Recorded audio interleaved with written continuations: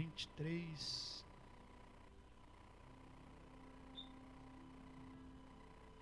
Salmo de Davi, capítulo 23. Graças a Deus, Deus tem sido bondoso, benevolente para com a nossa igreja e tem nos abastecido de uma graça muito grande. Quantos já acharam? Digam amém. Salmo 23, vamos tentar ler todos os versos. Bem conhecido, diz assim: o Senhor é o meu pastor e nada me faltará. Ele me faz repousar em pastos verdejantes,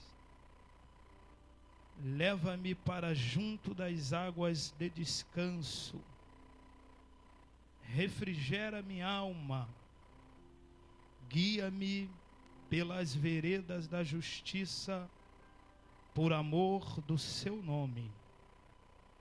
Ainda que eu ande pelo vale da sombra da morte, não temerei mal nenhum, porque tu estás comigo. O teu bordão, o teu cajado me consola. Prepara uma mesa na presença dos meus adversários. Unge a minha cabeça com óleo e o meu cálice transborda. Certamente que bondade e misericórdia me seguirão todos os dias da minha vida, e habitarei na casa do Senhor para todo sempre. Deus, nós louvamos ao teu nome e te agradecemos porque estas verdades inseridas neste salmo vão se cumprir hoje em nossas vidas, em nome de Jesus. Por isso, ó Deus, toma a primazia, tome o primeiro lugar, abate agora em nome de Jesus, ó Deus, toda arrogância, toda prepotência que há em mim, para que o Senhor venha direcionar o teu alvo e o teu nome ser glorificado, em nome de Jesus. Amém. Estou mais atento, por favor. Meus amados, nós estamos alegres por esta oportunidade de estarmos dentro da casa de Deus, porque o próprio salmista Davi, relatando, ele disse que se alegra, que fica feliz quando a ação, a atitude é de estar na casa do Senhor. Por isso nós nos alegramos. Uma quarta-feira dessa, nós falamos muito rápido acerca dos livros dos Salmos. Lembro bem que nós falamos, relatamos acerca deste salmo, deste livro de 150 cânticos escritos, que está incluído dentro do cânon sagrado. Todos nós sabemos que os salmos ou as canções inseridas dentro destes livros, elas foram escritas, catalogadas em um período muito difícil, período de aflição, período de guerra, de adversidade, aonde gera no coração do cancionista ou da vítima que está passando por este processo de guerra, de adversidade, de luta, e gera dentro dele uma espontaneidade de extrair, de exaurir um louvor a Deus, seja ele de opressão, seja ele de guerra, de perseguição. E o Salmo, ele lembra, ele fala bem isso. É simples, é perceptível perceber dentro da alma do cancionista o perigo, a adversidade o qual ele está enfrentando. Não precisa ser nenhum psicólogo para entender a adversidade e o problema que esse cantor, que essa pessoa inspirada por Deus, levanta sua fraca voz, ferido terrivelmente, para adorar a Deus. E nós sabemos que o Salmo, ele tem total, dentro deste cano sagrado, 150 salmos.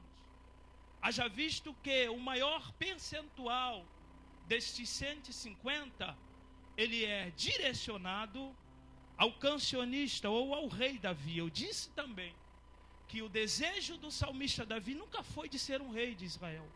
Davi nunca almejou isso. É simples, o Salmo 23 relata que o desejo de Davi era de ser um sacerdote. A alma dele almejava, ele desejava adorar. Observa que a Davi, ele se alegra em falar quando vai para a casa do Senhor. Davi era aquele tipo que provavelmente era o primeiro a adentrar dentro de um templo, observar toda a ação do sacerdote e do sumo sacerdote, até o santo dos santos. Então gerou dentro de Davi esta alegria de adorar, de buscar. Porém, cai uma responsabilidade sobre os ombros do rei Davi de ser o rei de Israel. Recaiu sobre a sua vida essa incumbência. Recaiu sobre a vida de Davi essa importância, porque eu costumo falar que existem coisas que só vai acontecer contigo. Por quê? Não que você venha a ser insubstituível, não que você venha a ser o melhor, mas existem coisas que só vai acontecer contigo. Existem coisas que só vai fluir contigo. Por quê? Porque a unção recaiu sobre a sua vida para determinadas funções, e na vida dele não era diferente. Na vida de Davi não é diferente. É interessante que quando você observa a vida de Davi, quando você lê a biografia e tenta entender tudo isso, e por que sobre a vida dele, se sobre a tua casa não existia ninguém com essa oportunidade de ser um rei, embora o trono naquela época era de pai para filho e assim sucessivamente. Mas Deus, ele faz diferente. Deus, ele age diferente. Agiu diferente na vida de Davi. E quando você observa a família de Davi, deste belemita, deste menino de Belém, ele era diferenciado. Observa que Davi, ele era sempre esquecido, deixando do lado. Por quê? Porque ser um pastor de ovelha naquela época era assim, funções dos filhos. Só que Davi exerce esse ato por longos anos. Era normal, era comum o pai chamar o filho e ensinar todas as obrigações da casa, mas porém, por algum tempo, por alguns dias, mas Davi, ele é esquecido nessa função. Por quê? Serviço de pastor de ovelha era terrível. Por quê? O pastor, ele cheirava mal, ele cheirava a ovelha. Quando saía para pastorear, ele ficava durante dias fora de casa, somente com a bacia de água e algum alimento por algum período. A função de Davi era cuidar das ovelhas. Davi, ele não tinha um privilégio que Samar, Abinadab, Eliabe tinha, que eram os seus irmãos. Porém, eram privilegiados seus irmãos. Por quê? Pertenciam ao exército de Saul. E era uma honra, era um orgulho para o pai ter alguém alistado na lista de ser um soldado de Israel. Porém, os irmãos de Davi era um privilegiado por isso. Davi, como sempre, sendo esquecido. A única função que Davi exercia dentro dessa família é pegar a marmita e levar até o palácio do rei para servir os seus irmãos. Então Davi também, ele não era somente um pastor de ovelha. Davi era também um carregador de marmitex. Parece que eu vejo, senhores, o menino Davi caminhando até o palácio de Saul para entregar a comida dos teus irmãos. Era o entregador de quentinha. E as pessoas falavam: ei, carregador de marmitex, ei, você vai agora entregar a comida dos seus irmãos. E quem sabe, daquele jeito, provavelmente afobado, doido para ver o exército de Saul implacável, saindo pela peleja. E quem sabe até ele derrubava aquelas comidas, porque era uma certa feita, quando ele chega para entregar. E quando o exército dos filisteus estava ali invadindo Israel, Davi tem uma oportunidade, Davi tem uma visão privilegiada. Davi, então, neste momento, a vida dele vai ser marcada para todo sempre. É o interessante, senhores, que através disso, dessas adversidades na vida de Davi, sempre gerava no coração deste menino uma esperança. Davi sempre confiou no Senhor, mesmo sendo esquecido, mesmo sendo desprezável, com a pior tarefa do lar. Em momento algum Davi deixou de confiar em um Senhor. Em momento algum Davi deixou de cantar.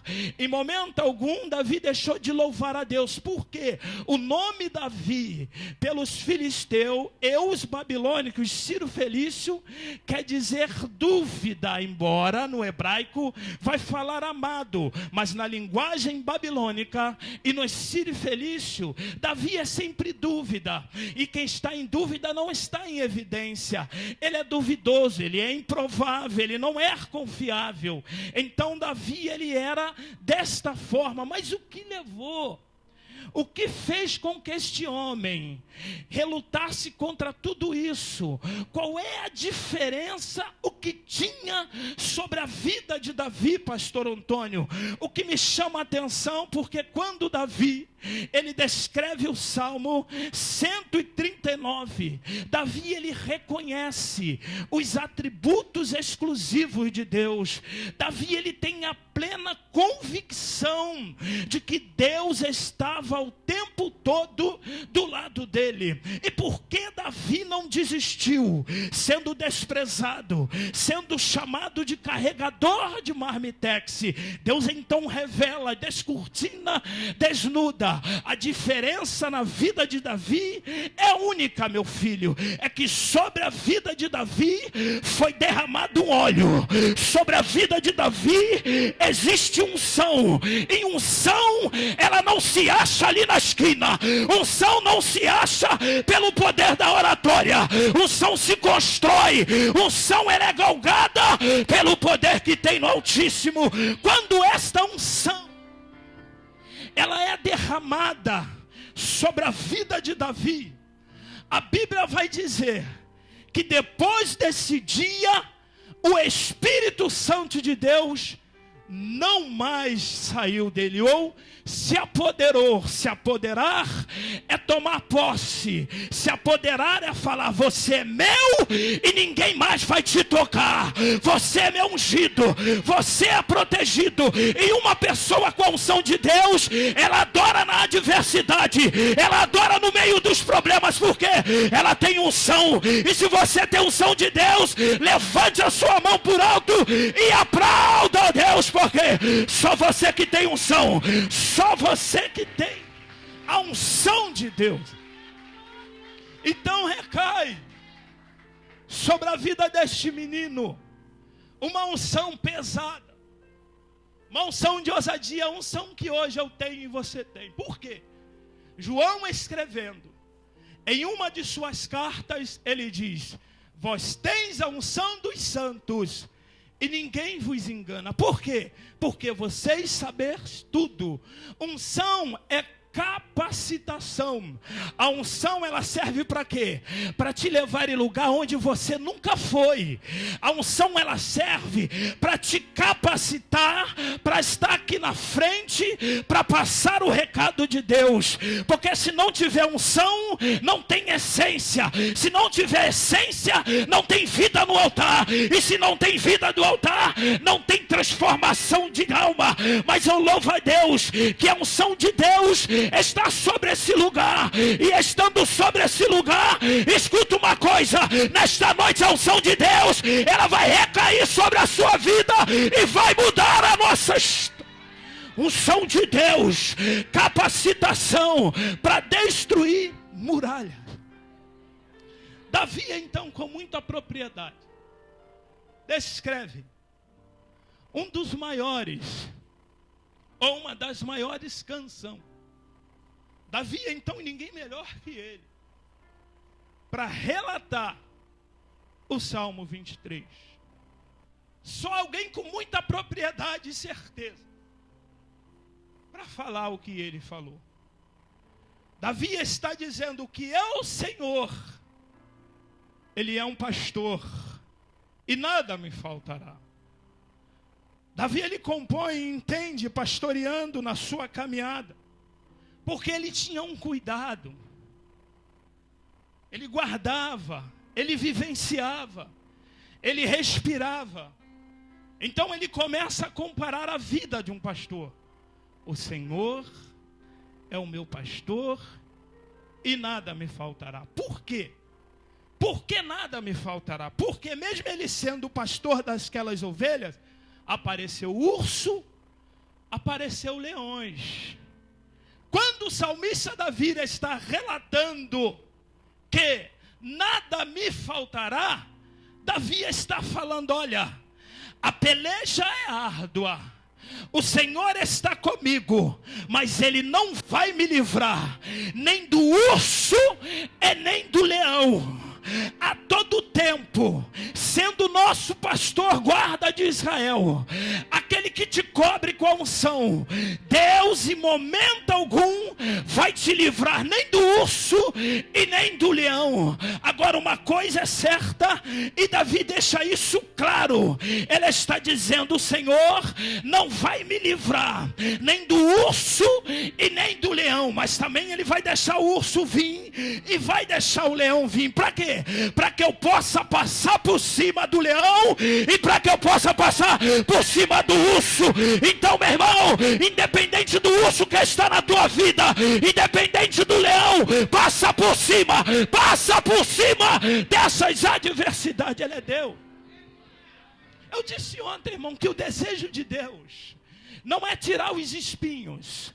O desejo de Deus não é livrar nem um urso e nem um leão, mas é deixar isso nas nossas vidas para que possamos crescer na presença do Senhor. Davi, ele relata no Salmo 23 algo interessante também. Deus, no Salmo 23, Ele é o nosso anfitrião. Por quê? Porque Ele é aquele que vai refrigerar a alma. Percebe que quando você vai em uma casa ou uma pessoa te convida, a recepção perfeita, eles são tendenciosos, provavelmente, dependendo da situação, às vezes falta pouco te pegar no colo, porque é bom ser recebido. É muito importante isso. É verdade, tu ser bem recepcionado nos dá vontade, sabe, de retornar, de voltar. É por isso que nas reuniões o pastor sempre fala, no curso de obreiro ele está sempre aplicando a questão da recepção, da receptividade. E é claro, se eu for perguntar a qualquer um dos senhores, principalmente vocês que estão chegando agora, o que prendeu a vocês, o que fez com que vocês estivessem aqui, é claro, tem sim uma boa palavra, a unção de Deus, mas a recepção, ela é tudo. Ela trata bem, ela é um bom convite, ela é um cartão postal também. Então Deus, nesta festa, Ele é o anfitrião. No meio desta adversidade, Deus, Ele proporciona a Davi um evento. Ele disse: olha, Davi, eu sei que a luta está difícil, eu sei que os problemas, ele está ferrenho, mas no meio desta adversidade, eu vou fazer um banquete, Davi. Eu vou te dar uma festa. Ele disse: por quê? Porque você, Davi, você está muito cansado, você está com muita adversidade. E o que tu vai fazer, Senhor? Eu vou refrigerar a tua alma, eu vou te guiar, eu vou te proteger, porque quando Deus, Ele é o anfitrião, Ele protege, irmã, Ele guarda, Ele livra, Ele protege, Ele te pega na mão, Ele te sustenta, porque o salmista, ele relata que Deus, Ele nos protege com a sua destra fiel. A destra de Deus, ela é infalível. A destra de Deus requer uma proteção sobre as nossas vidas. Davi agora vai relatar. E eu preciso me prender nesse versículo 4. Davi diz: ainda que eu andasse pelo vale da sombra e da morte, eu não temerei. Escute isso, que isso aqui é forte. De revelações aqui. Uma, era comum, era normal. Todo pastor de ovelha, dependendo do ambiente, da onde ele está com as ovelhas, e o pasto, ele precisa, às vezes, dependendo, sofrer um descanso, passar por um descanso. E quando aquele ambiente, ele estava muito explorado pelas ovelhas, você tinha que atravessar o outro lado. E para atravessar o outro lado, você precisava passar por um vale. Só que os piores lugares nesse período de Israel eram os vales. Davi então vai falar, escute isso: ainda que eu passe pelo vale da sombra da morte. Ele não passou, mas está tendencioso a passar. Nós procuramos aí entender que vale seria esse. Por quê? Porque ele precisava chegar ao outro lado. Ele precisava levar as ovelhas para comer pastos verdejantes, pastos novos. Só que ele precisava passar pelo vale. E exatamente neste vale aqui, o qual Davi está falando, observa, irmã, e redobre bem a tua atenção, que Davi, ele pede uma mesa ao Senhor. Prepara uma mesa. O Senhor é aquele que prepara uma mesa. Por quê? Porque era normal nos vales ter os chacais do deserto. Os chacais do deserto tinham um lema. Os chacais do deserto, eles só ficavam no vale. Por isso o nome do vale da sombra e da morte. Por quê? Os chacais do deserto, eles tinham uma função. Qual era a função? Matar, roubar e destruir. É exatamente isso. Então os chacais, eles pegavam uma bandeira e esticavam no meio do vale. E ficava parado. O pastor de ovelha que passava ali era triturado na hora. Então Davi, ele percebe, acabou o pasto, a situação está difícil, eu preciso atravessar o vale da sombra da morte. Só que a bandeira dos chacais estava esticado. A sombra, quem olha de cima do vale, ela não mexe. Então o que dá a entender, era uma sombra, literalmente, criado por Deus, mas era uma sombra, escrito, lema, matar, roubar e destruir. Essa era a única função. Davi, ele disse, prepara uma mesa. Mas Davi está se referindo a uma mesa geográfica. Por quê?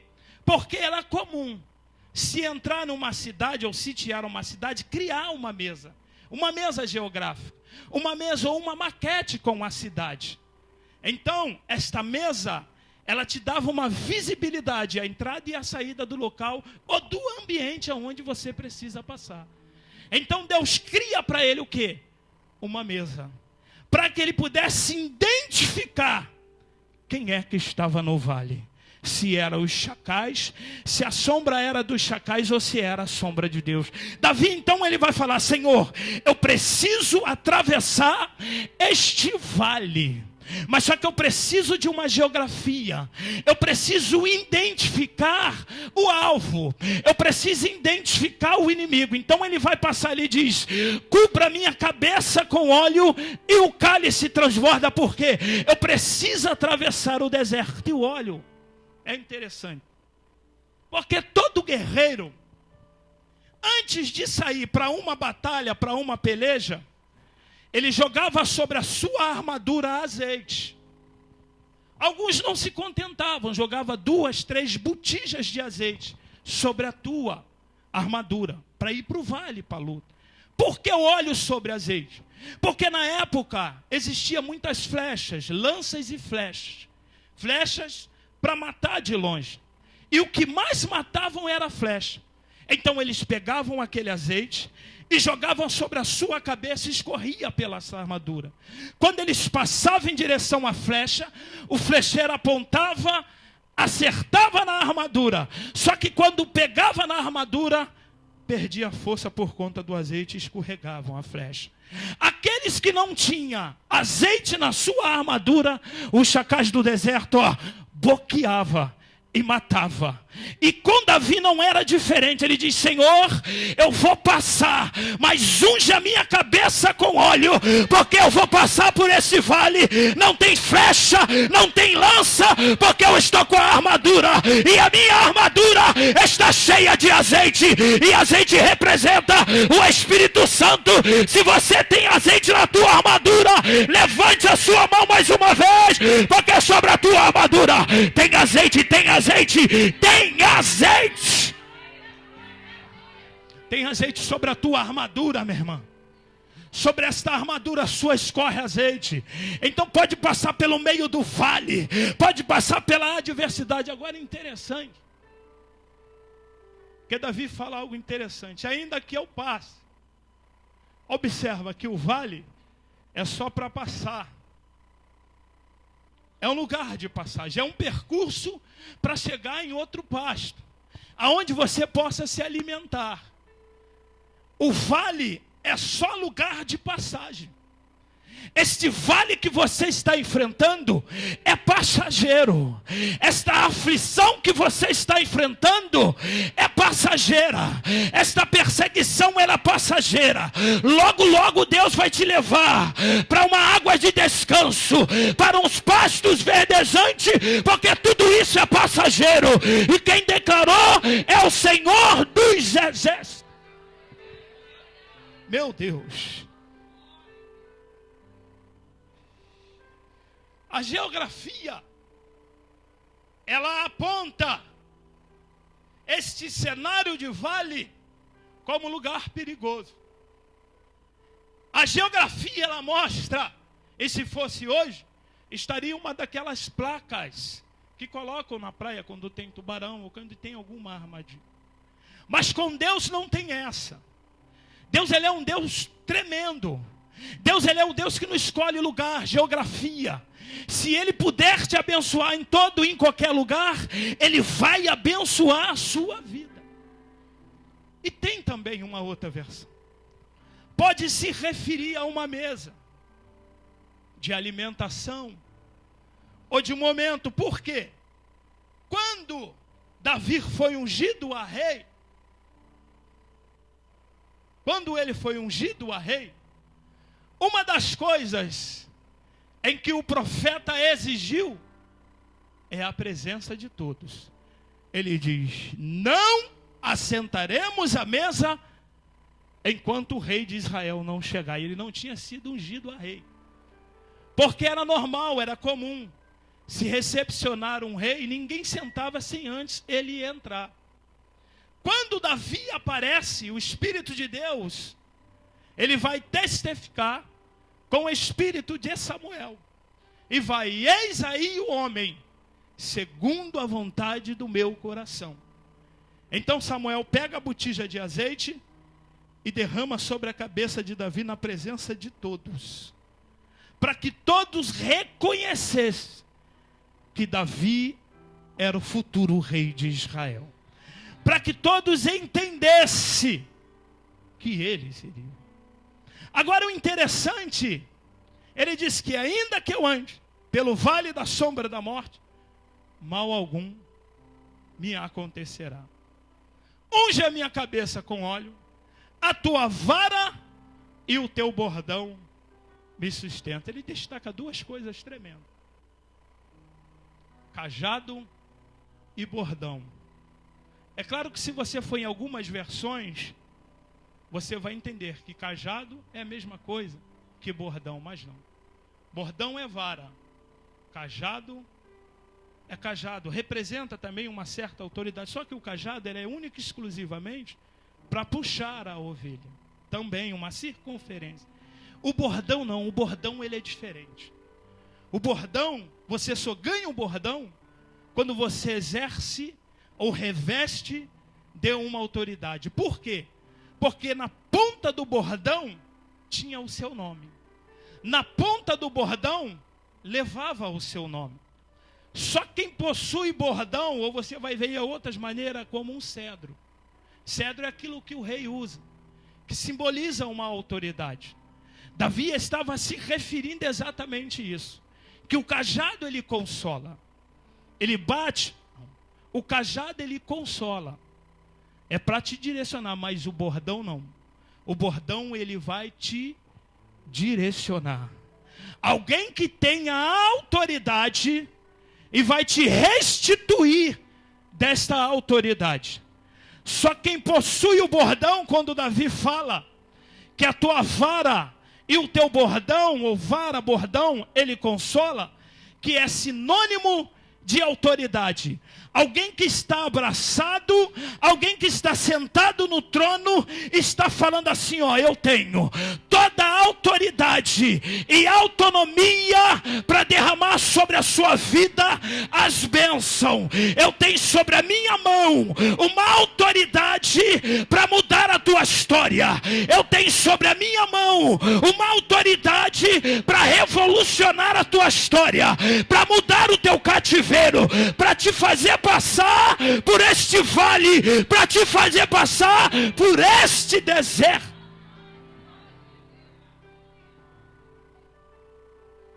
Certamente que a bondade e misericórdia me seguirão. É interessante essa expressão do salmista Davi. Porque quando ele relata acerca da bondade, e nós falamos isso, Davi não está se referindo do bom ou do melhor de te oferecer um copo d'água. Davi não está se referindo de alguém que é presenteado, assalariado. Davi está dizendo que certamente o Senhor ele é bom. O bom de autoridade. Davi está dizendo de alguém que guerreia as guerras. Davi está dizendo de alguém que peleja por você. Davi está dizendo de alguém que compra o seu barulho, de alguém que paga as suas adversidades, porque em seguida ele fala a bondade e a misericórdia. E aí a misericórdia ela está dividida em duas palavras: de córdia, de coração, e de miséria do homem. Porque o estado miserável do homem, a situação precária no Éden, fez com que perdêssemos tudo aquilo que era herdade para as nossas vidas. Davi parece que está olhando já pelo período da graça, que o Senhor é bom, que vai pelejar e vai restituir tudo novamente. A misericórdia e o estado nosso de miséria. E em Romanos, Paulo vai falar que todos nós pecamos e carecemos da glória, da graça, do aperfeiçoamento de Deus. O apóstolo Paulo ele está se referindo que nenhum de nós merecemos. E o salmista Davi, ele repete, ou por que não dizer Paulo repete, o que na verdade o salmista ele está relatando, que a bondade e a misericórdia de Deus ela reina. É o homem no seu estado miserável, é o homem no seu estado precário, e Deus falando, você não tem jeito, ou a humanidade, ou a sociedade, ou os acusadores, você não pode. Você não tem, você não deve. Provavelmente, você adentrou por estas portas. E quem sabe, na sua vizinhança, alguém falou, já vai aquele desviado para a igreja. Já vai aquela mulher problemática que briga com o marido. Já botou a Bíblia debaixo do braço e já vai. Já vai ela, não tem jeito. Não dá mais para ela, já vai ela para a igreja. Mas só que o nosso estado de miséria seja aquele que é criticado ou não criticado. Por quê? Porque a misericórdia, o nosso estado de miséria e córdia de coração, é Deus se compadecendo e trazendo novamente a tua história como um livro aberto e mudando toda a nossa história. Você não pode, você não tem, mas a misericórdia de Deus, ela trouxe tudo à tona novamente para a sua vida. Eu não tenho misericórdia de Deus, ela vai te dar. Eu não tenho condições nenhuma de estar aí, mas a misericórdia de Deus, ela está presente. A bondade de Deus, ela está presente. Se coloque de pé em nome de Jesus. Aleluia. Deus poderoso.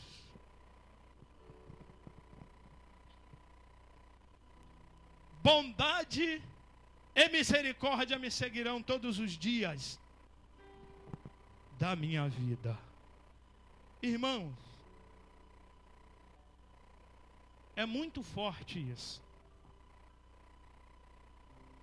Uma pessoa que sobre a sua vida recai a unção de Deus, é interessante, porque o salmista ele está revelando que a bondade e misericórdia de Deus seguirão ele todos os dias da sua vida.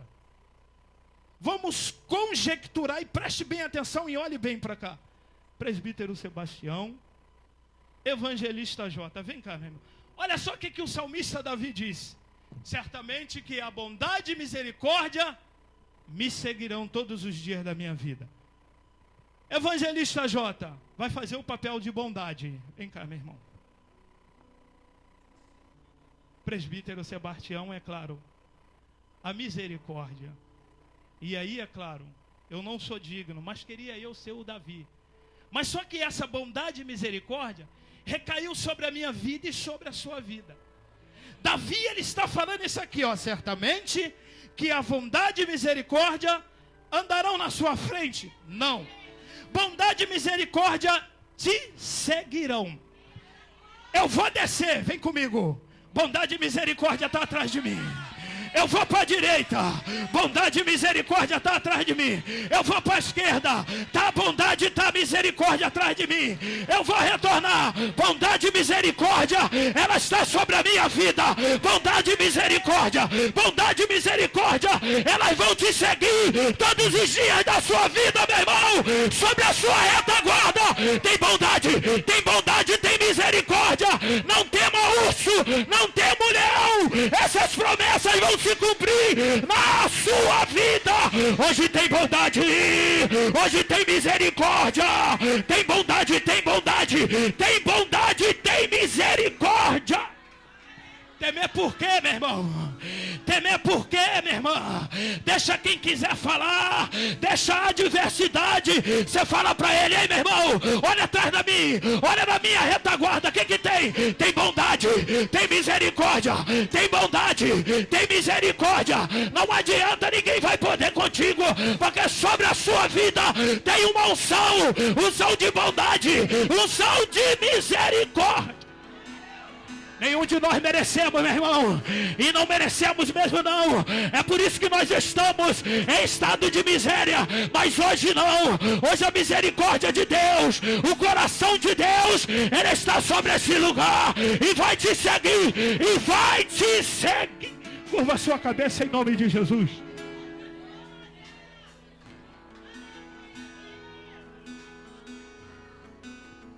Como descrever,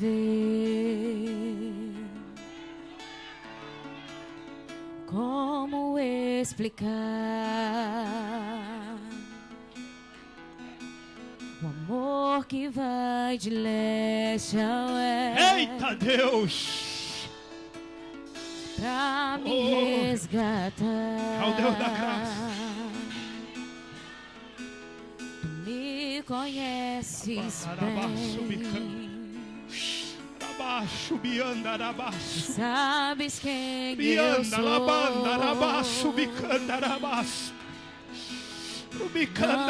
como me esconder. Deus, nós não merecemos. Nós não somos merecedores, Deus. Mas mesmo assim, Deus, mesmo assim o Senhor foi para a cruz por nós.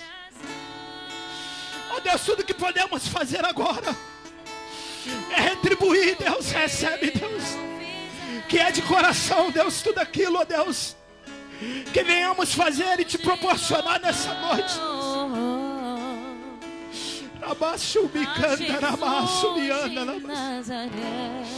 Oh Deus, às vezes as nossas palavras, ela não pode expressar, ela não pode falar, distinguir, medir. Ah Deus, mas hoje o Senhor confirmou. Mas hoje o Senhor, com o teu coração grande, com a sua bondade, receba o meu oh Espírito Santo de Deus, queridos, em nome de Jesus, nós acreditamos na ação de Deus. Estamos às vezes em estado de miséria, e Deus, Ele libera o teu perdão, é crucificado, e nos permite a darmos mais um passo, para que não cometemos mais as mesmas falhas, e às vezes não conseguimos perceber, mas a bondade e a misericórdia, ela está todo o tempo do nosso lado. A maior razão e evidência é a sua presença aqui hoje, porque nós somos impulsionados e direcionados pelo Espírito Santo. Por quê? Lucas disse, e Simeão disse que pelo Espírito ele foi para o templo. Porque por mais que venhamos usar o nosso poder de eloquência, eu não consigo te convencer, mas Ele consegue, o Espírito Santo. Foi Ele que te trouxe aqui. E se Ele me trouxe, te trouxe aqui, é porque requer fazer algo na minha e na sua vida. Então, querida, em nome de Jesus, só você, os obreiros vão estar aqui à frente. Os obreiros vão estar aqui à frente. E lembre disso, que a bondade e a misericórdia, ela está aí. Eu queria te convidar a vir aqui na frente. A bondade está contigo. Nós vamos orar por você em nome de Jesus. Isso, querido.